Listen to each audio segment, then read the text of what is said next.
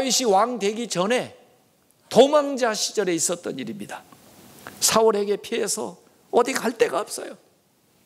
그리고 결국 아둘람 굴에 피해 있을 때 너무나 막막하고 너무나 답답하고 너무나 억울하고 앞일이 어떻게 될지 어떻게 살아갈지 알지 못하는 그 처지에 있었던 일이에요. 어떻게 다윗에 대한 소문을 들었는지 사회에 적응하지 못하는 사람, 한많은 사람들이 하나 둘 모이기 시작해서 마치 그 불량자 집단처럼 모임이 그 아둘람 굴에서 모이게 됐는데 되는 일은 없고 걱정거리는 태산이고 책임져야 될 사람은 많고 그들은 자신을 잘 따르지 않는 것 같은 그런 어려움을 겪고 있는 시절이에요. 다윗이 아무리 이전에 대단한 사람이라 할지라도 육체적으로도 피곤하고 정신적으로 영적으로도 탈진에 가까운 침체 상태에 아마 빠져 있었을 겁니다. 왜 나는 이렇게 뭘 잘못했다고 혼자 이 짐을 다 져야 되나? 언제나 이 도망자 생활이 끝나나? 누구도 내 마음을 이해해 주지 못해 하고 아마 스스로 자책을 하면서 또 암담하게 지냈을 것 같아요. 그러면서 다윗의 입에서 나왔을 한마디가 내 고향 베들레헴 그 우물물이나 한번 마셔봤으면 좋겠다. 이것은 무슨 명령도 아니고 그냥 탄식이었을 것 같아요. 사실 물이 없어서라기보다는 물론 거기에서 물 구하기도 힘들었겠지만은 그 물보다는 자기의 마음의 외로움, 자기의 힘든 처지를 드러내는 말일 거예요. 우리가 그러잖아요. 몸이 아프고 약해지면 누구 생각나요? 어머니 생각나. 고향 생각나요. 옛날에 먹던 음식 생각나지 않아요? 저도 미국에서 공부할 때 어쩌다 우리 시골에서 어머니가 끓여주던 추어탕이 좀 생각난다 교인들에게 한마디 했다가 그 다음 날 어느 교인이 추어탕을 끓여가지고 온 거예요. 그래서 이 내시빌 이 미국에 어떻게 이 미꾸라지가 있어서 이걸 추어탕을 끓여왔느냐고 그랬더니 드셔보세요. 어머니가 만드신 거하고 비슷한지나 모르겠어요. 그래서 한번 먹어보니까 그럴듯해요. 신기하다고. 어떻게 이 미꾸라지를 구했냐고 그랬더니 꽁치인가 고등어인가 그걸로 끓였다고 하더라고요. 어쩜 그렇게 감쪽같이 맛을 그렇게 냈죠? 이 헤아리는 마음, 음식이 맛이 아니라 그 마음이 감동이 되는 거예요. 이 다윗이 한 말 그 말을 흘려듣지 않고 용사 세 사람이 힘을 합쳐가지고 그래 우리가 가서 물 한 바가지 길어오자. 그리고는 이들이 목숨을 건 거예요. 그 당시에 오늘 읽은 성경에도 보면은 르바임 골짜기에 블레셋 군대가 완전히 진을 치고 지금 오고 있고, 그 다음에 베들레헴은 이미 블레셋 사람들이 다 장악을 해가지고 요새로 만들어가지고 거기에 거주하고 있는 그 상황에 이 세 용사가 르바임 진을 돌파하고 들어가가지고 베들레헴 성을 돌파하고 들어가가지고 거기 가서 물 한 바켓을 떠가지고 온 거예요. 목숨을 건 겁니다. 그 물 한 바켓을 떠가지고 오는 게. 왜 그랬겠어요? 다윗한테 용기를 주고 싶어서. 우리가 당신과 함께 한다는 것을 말로가 아니라 행동으로, 물증으로 보여주기 위해서 가서 가져온 거예요. 그래가지고 다윗이요, 당신이 어려서부터 마셨던 당신 고향 어머니 집에 있던 이 우물 우리가 떠왔으니 이걸 마시세요. 그걸 보고 반응하는 내용이 오늘 본문에 나와 있는 겁니다. 사무엘하 23장 17절에 여호와여, 내가 나를 위해서 결단코 이런 일을 하지 아니하리이다. 이는 목숨을 걸고 갔던 사람들의 피가 아니니까, 이건 물이 아니라 피다, 피 하고 마시기를 즐겨하지 아니하니라. 새 용사가 이런 일을 행하였더라. 더 말해서 뭐하냐, 새 용사에 대한 이야기는 요 한 이야기로 모든 것을 대변하는 겁니다. 그 후에도 혁혁한 공을 세우고 목숨 바쳐 충성을 했겠지만은 다윗의 마음속에 남아있는 것은 그때 내가 힘들 때, 외로울 때 내 입으로 한마디 뱉었던 그 말을, 명령도 아닌데 목숨을 걸고 가서 그걸 가져왔던 그 세 사람, 그 사람들이 나에게 그런 일을 행했다는 거예요. 이게 뭐예요? 이게 공감하는 마음이에요. 다윗의 마음을 공감하는 그 세 용사, 또 그들의 충성 어린 마음을 공감하는 다윗, 이것이 오늘 제가 얘기하려고 하는 얘기입니다. 공감할 때 감동이 생기고 공감할 때 변화가 생기는 거죠. 그래서 이 다윗은요, 그걸 자기가 마시지 않고 부어드렸는데, 여기 이 이야기가 이스라엘의 공식적인 역사에 기록이 되어 있어요. 이게 역대상 11장 15절에서 19절까지 그 왕들의 기록에 나오는 얘기입니다. 거기에 이렇게 기록했습니다. 역대상 11장 18절 19절에 다윗이 마시기를 기뻐하지 아니하고 그 물을 여호와께 부어드리고, 자기가 마시지 않고 하나님께 부어드렸다는 거예요. 하나님께 부어드리는 것은요, 이게 번제, 전제, 하나님께 드리는 예물로, 제사로 드리는 거예요. 하나님께 부어드리고 이르면서 내 하나님이여, 내가 결단코 이런 일을 하지 아니하리라. 생명을 돌아보지 아니하고 갔던 이 사람들의 피를 어찌 마시리까? 나는 못 마신다. 그러나 그것으로서 다윗은 엄청난 용기와 힘을 얻었을 거라고요. 이 세 사람의 마음뿐만 아니라 이 행동은 바로 다윗의 성품을 그대로 드러내고 있는 거예요. 여러분, 성경에 하나님이 칭찬한 사람 많이 있습니다. 하나님과 동행한 사람도 있었고요. 그런데 저는 하나님이 칭찬한 말씀 가운데 다윗을 칭찬한 말씀이 정말 제일 좋은 칭찬인 것 같아요. 그런 말씀을 듣고 싶어요. 뭐라고 다윗을 얘기한 줄 아세요? 내 마음에 합한 자라 그랬어요. 하나님 마음에 든다는 거예요. 마음이 통한다는 거예요.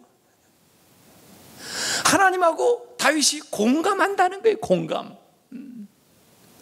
하나님하고 공감하기 때문에 다른 사람들하고도 통하는 거예요. 다윗이 요나단하고도 참 적대할 수밖에 없는 그런 처지에 있었지만은 공감하는 거예요. 그 밖에 이 용사들, 그리고 이 르스바 같은 여인과도 마음이 통하는 거죠. 공감하는 거죠.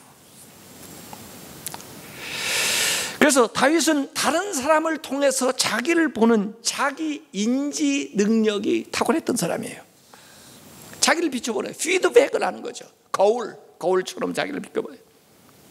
그래서 나단이 와서 부자와 가난한 사람의 얘기를 했을 때도 그 이야기를 통해서 자신을 비춰보는 거예요.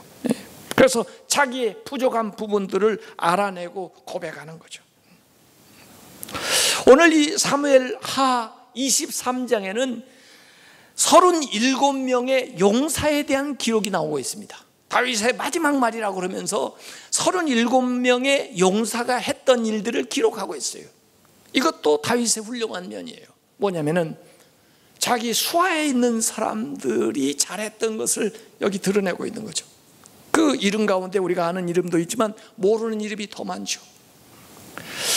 잘못된 지도자들은 부하들이 한 공까지 자기가 가르치는 사람이 있는 반면에 이 다윗 같은 사람은 자기가 대단한 일을 한 것 같았는데 사실은 이게 다 이런 부하, 이런 사람, 이런 용사가 이렇게 한 덕이라고 공을 나눠주는 거예요. 이게 훌륭한 지도자예요. 여러분, 여기 37명의 이름이 나오는데 마지막에 사무엘하 23장 39절에 누가 이름이 나오는지 아십니까? 37명 가운데 마지막으로 햇사람 우리아가 나옵니다. 우리아가 누굽니까? 밧세바의 남편이에요. 밧세바는 누굽니까? 다윗이 간음하고 빼앗아왔던 여인이에요. 우리아는 다윗에 의해서 억울하게 죽은 사람이에요. 다윗의 마지막 말에 자기 인생의 기록에 이 햇사람 우리아를 기록하고 있어요. 우리아의 그 억울한 죽음, 자기의 잘못된 일에 대한 고백이 담겨있는 이야기죠. 사실은 우리아는요 너무나 충성스러운 부하였어요. 다윗은 그 충성스러운 부하의 참 못된 지도자였거든요. 우리아 이 얘기만 하면은 아마 다윗은 작아질 수밖에 없는 거예요. 그러나 여기 햇사람 우리아의 이름을 얘기해요. 그리고 또 이상한 것은 다윗의 용사하면 1번으로 나와야 되는 사람이 누군지 아세요? 군사령관인데 누군지 아세요? 요압입니다. 요압 장군이 없다면 다윗이 왕이 될 수도 없었을 거예요. 왕위를 지키기도 버거웠을 거예요. 어떤 때는 사실은 이 요압은 다윗에게 위협적인 존재로 비칠 만큼 대단한 실력자예요. 그런데 이 37명의 이름을 적어 놓으면서 요압이 안 나옵니다. 요압의 이름을 몰라서 적지를 않았을까요? 그러지는 않습니다. 왜냐하면 요압의 형제는 이름이 나와요. 요압의 아우 아비세, 요압의 아우 아사엘은 나와요. 그런데 요압은 진작 이름이 없어요. 요압이 한 일에 대해서도 뭔가 언급을 할 듯한데 이야기를 안 해요. 왜 그럴까요? 요압은 다윗하고 함께 있으면서도 마음을 함께 할 수 없었던 사람이에요. 다윗이 그를 때로는 이용을 하고 또 요압도 다윗을 이용을 했는지는 몰라도 그래도 기억할 만한 그런 감동이 될 만한 마음을 함께 할 만한 사건들이 없었던 거예요. 요압은 다윗과 함께 하면서도 마음은 다른 곳에 있었기 때문에 그렇죠. 이 요압은 자기 주장이 강해서 때로는 독단적이고 잔인하고 때로는 다윗을 무시하면서 월권도 했던 사람이에요. 요압은 실력자이기는 했지만은 지도자는 못 되는 거죠. 리더라는 게 뭐냐? 다른 사람에게 관심을 가지면서 감정적인 유대를 형성하고 그것을 바탕으로 해서 공감적인 분위기를 만들어낼 줄 알고 그 공감적인 분위기에서 강력한 유대감을 만들어내고 그 유대감을 통해서 새로운 에너지를 만들어내는 것이 리더입니다. 그렇기 때문에 리더에게 있어서 이 감성이 굉장히 중요하고요, 이 공감한다는 능력이 굉장히 중요한 겁니다. 이 감성 지능이 뛰어나야 되는 거죠. 그래서 요새는 EQ라는 말도 많이 하고 그럽니다만은 이 감성 지능이 뛰어난 지도자는 압박을 받는 상황 속에서도 현실을 직시하면서 명료한 판단을 내리기 위해서 자기의 혼란한 마음을 다스릴 줄 아는 사람이, 이게 감성 지능이 뛰어난 사람이에요. 이런 사람들은 같이 지향적인 행동을 하면서 개방적이고도 유연한 리더십을 발휘한다. 21세기의 리더는요, 예술가 같아야 되고 성직자 같아야 된다, 이런 말을 많이 해요. 예술가 같다는 게 뭐예요? 예술가 같다는 것은 감성이 풍부해야 돼요. 성직자 같다는 건 뭐예요? 도덕성이 뛰어나야 된다는 거예요. 이 두 가지가 같이 있어야 된다. 이 다윗은 아마 시인이라 이 감성이 지능이 높은 사람이에요. 사람은요 감동을 먹고 삽니다. 밥만 먹고 사는 게 아니에요. 감동을 먹어야 움직이는 겁니다. 사람의 관계성 속에는 감정 은행이 생겨가지고 서로의 관계를 통해서 예입이 되기도 하고 인출이 되기도 하는데, 신뢰도와 의사소통의 원활함은 얼마나 상대방의 감정 은행에 많은 예입이 있느냐에 따라서 공감이 더 잘 되고 의사소통이 잘 되고 신뢰감이 높아지는 거예요.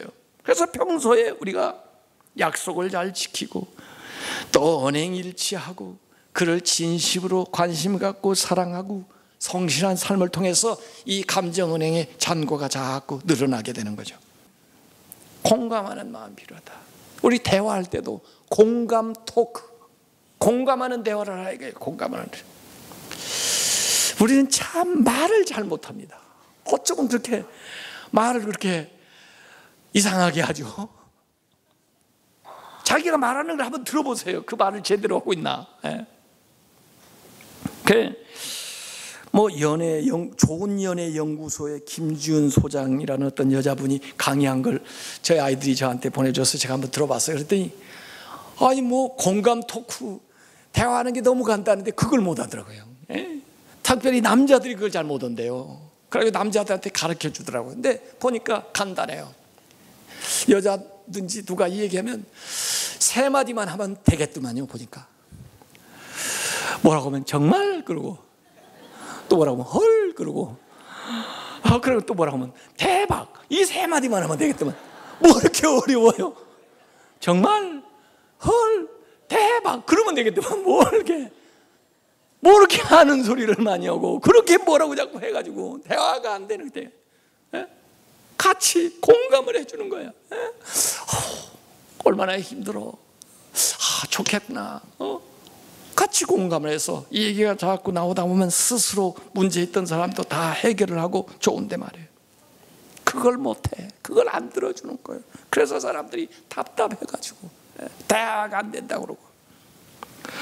폴 베어 브라이언트라고 하는 사람은 그런 얘기했습니다. 나쁜 일이 생길 때면 그건 나 때문이야, 그렇게 얘기를 하는 거예요. 괜찮은 일이 생길 때면 그것은 우리 때문이야, 그러라는 거예요.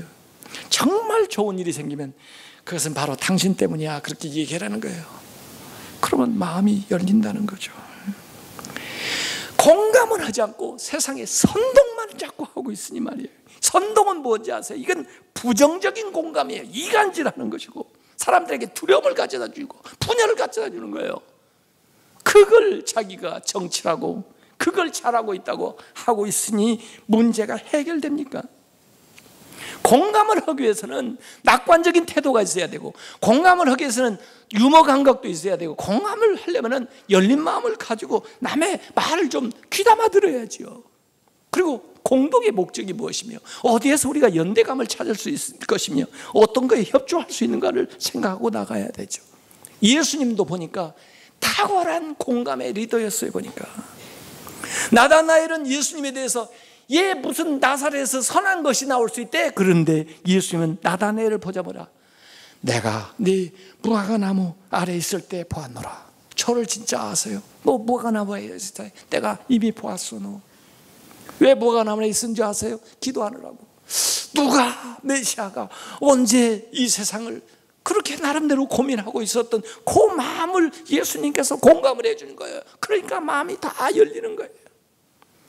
현장에 간음하다가 잡혀있는 여인에게도 예수님께서 너를 정죄한 자가 어디 있느냐? 나도 너를 정죄하지 아니하노니 가서 다시는 죄를 범하지 마라. 공감하면서 얘기해 주시잖아요. 무화과나무 위에 예수님을 좀 보려고 키가 작으니까 올라가 있던 세리장 여리고 삭개오, 아무 말도 못했지만 예수님께서 그를 보고 삭개오야 내려오너라. 내가 오늘 너의 집에 유하해야 되겠다. 자기 마음의 빗장 열리니까 재산이고 뭐고 정말 하나님이 원하는 거, 주님이 원하는 삶을 살겠다고 그러잖아요. 우물가에 만났던 사마리아 여인도 그렇고, 옥합을 깨뜨렸던 여인도 그렇고, 가버나움에서 지붕을 뚫고 내려오는데 말이에요. 그런데도 예수님이 껄껄 웃으시면서 저들의 믿음을 칭찬하셔요. 네. 이게 주님의 공감의 능력이에요. 마음의 문을 열어주는 거죠. 그래서 히브리서 4장 15절에 우리에게 있는 대제사장은 예수님이죠. 우리에게 있는 대제사장은 우리의 연약함을 동정하지 못하실 리가 아니요. 참 아쉬워요. 이 동정이라고 왜 번역을 했을까?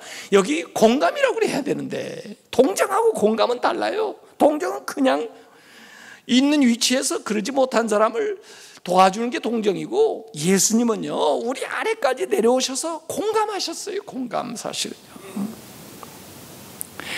제가 미국에 있을 때 어느 날 신문에서 본 기사라 오래 기억이 나서 이 얘기인데, 인디아나주에서 있었던 일이에요. 15살 먹은 브라이언이라고 하는 아이가 뇌종양으로 방사선 치료 화학요법 때문에 머리가 다 빠지고 깡 말라가지고, 그 다음에 이제 학교 처음 등교하게 됐는데, 얘는 학교 가면서도 좀 걱정이 있죠. 친구들이 자기를 어떻게 보려나. 학교에 갔는데 말이에요, 그 반의 아이들이요 전부 다 머리를 깎고 왔어요. 전부.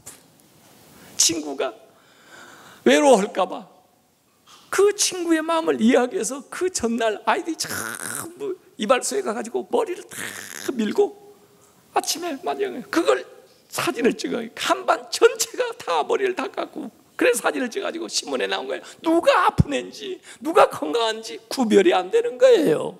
그게 공감이에요. 그게 공감. 이 공감하는 마음이 컴패션입니다. 컴패션, 아픔을 함께 하는 거죠.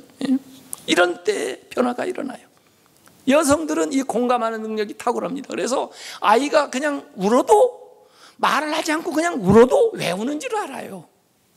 느끼는 거죠, 이게. 감정적으로 공감하고 인지적으로 공감을 하는 거예요. 오늘 외웠던 말씀 로마서 15장 5절부터 사실 읽으면 참 좋습니다. 여기 이렇게 나와요. 이제 인내와 위로의 하나님이 너희로 그리스도 예수를 본받아 서로 뜻이 같게 하시사, 뜻이 하나가 되는 게 공감하는 거예요. 한 마음과 한 입으로 하나님 곧 우리 주 예수 그리스도의 아버지께 영광을 돌리게 하려나. 그러므로 그리스도께서 우리를 받아. 이걸 받는다고 왜 번역을 했을까? 이걸 사실은 영어로 하면 accept인데, accept는 용납이라고 해야 더 강한 뜻이 되는 건데, 그리스도께서 우리를 용납하신 거예요. 있는 그대로 용납을 하신 거예요. 용납을 해서 하나님께 영광을 돌린 것처럼 너희도 서로 accept해라, 용납을 해줘라 이거예요. 자꾸 비난하고 자꾸 밖으로 내치지 말고 용납을 하라 이거예요. 받아들여 줘라 이거예요. 공감하기 위해서는 경청해야 됩니다. 잘 들어야 됩니다.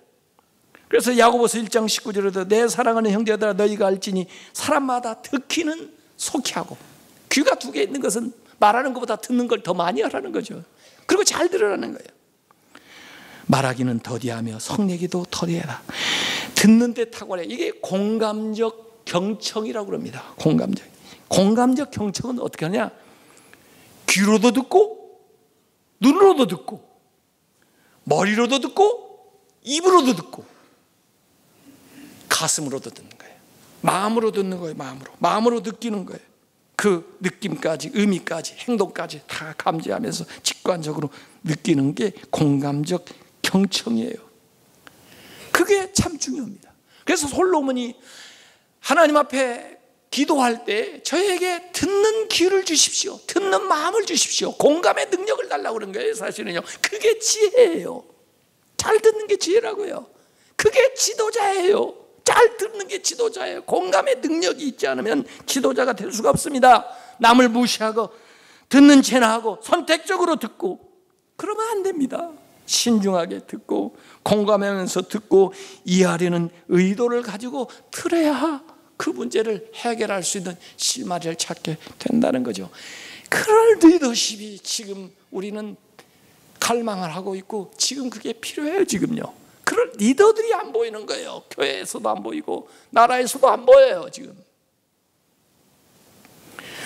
어떤 왕이 말이에요, 자기 초상화를 그리려고 화가한테 부탁을 하는데 이 왕은요, 애꾸눈에다가 외발에다가 난쟁이에요. 근데 이 잘 그린다는 화가한테다가 자기 초상화를 그리라는데 이거 어떻게 그립니까? 이 화가도 난감한 거예요. 그래서 좋게 그려주려고 발도 하나가 아니라 외발이 아니라 두 개로 그려놓고 눈도 애꾸눈이 아니라 두 개 다 이렇게 눈을 그려놓고 그 다음에 키도 너무 난쟁이니까 조금 키워가지고 중간쯤 이렇게 그래가지고 멋있게 갖다 놨는데 이 왕이 그걸 딱 보고 이게 왜 나야? 나를 우습게 보는 거 아니야? 왜 나를 조롱해? 가지고 그 사람을 혼낸 겁니다. 다른 화가 데려오라. 다른 화가는 야, 앞에 사람이 그렇게 잘 그렸는데도, 잘 그려줬는데도 혼났다니 이거 어떡하나. 그래서 자기는 있는 그대로 그린 겁니다. 난쟁이에다가 외발에다가 애꾸눈으로 그려가지고 딱 준 거예요. 사실 자기를 그려놨는데도 또 화를 내는 거예요. 나를 우습게 보는 거야 뭐야? 왜 나를 이렇게 형편없이 그려놨어? 그래서 그 사람도 화를 내고 있냐. 그래서 세 번째 화가를 불렀는데 이 화가가 어떻게 해요? 잘 그려줘도 뭐라고 그러고 있는 그대로 그려도 뭐라고 그러는데 이거 어떻게 해요? 이건 참. 근데 이 세 번째 온 화가가 지혜로워요. 어떻게 그랬냐면요, 왕이 말을 타고 그 다음에 사냥을 하는 그림을 딱 그린 겁니다. 말을 타니까 발 한 짝만 그려도 한 짝은 저쪽에 넘어가 있으니까 안 그려도 되고, 또 눈은 이렇게 총을 겨루고 있으니까 한 짝은 감고 있어도 괜찮고, 그 다음에 말을 타고 있으니까 키도 적당히 커 보이고 괜찮잖아요. 칭찬을 받아요. 이게 공감 능력 있는 사람입니다. 그 마음을 읽은 거죠. 마음을. 보이는 것만 보고 듣는 대로만 들으면 안 됩니다. 그 마음을 읽어야죠. 마음을 이해를 해줘야죠. 예? 마음을 들어야지요. 그래야 그 마음이 움직일 거 아닙니까? 그게 지도자 아닙니까? 우리는 그런 지도력을 갈망합니다. 공감의 리더십. 이러한 지도자들이 다 되시길 주님의 이름으로 축원합니다.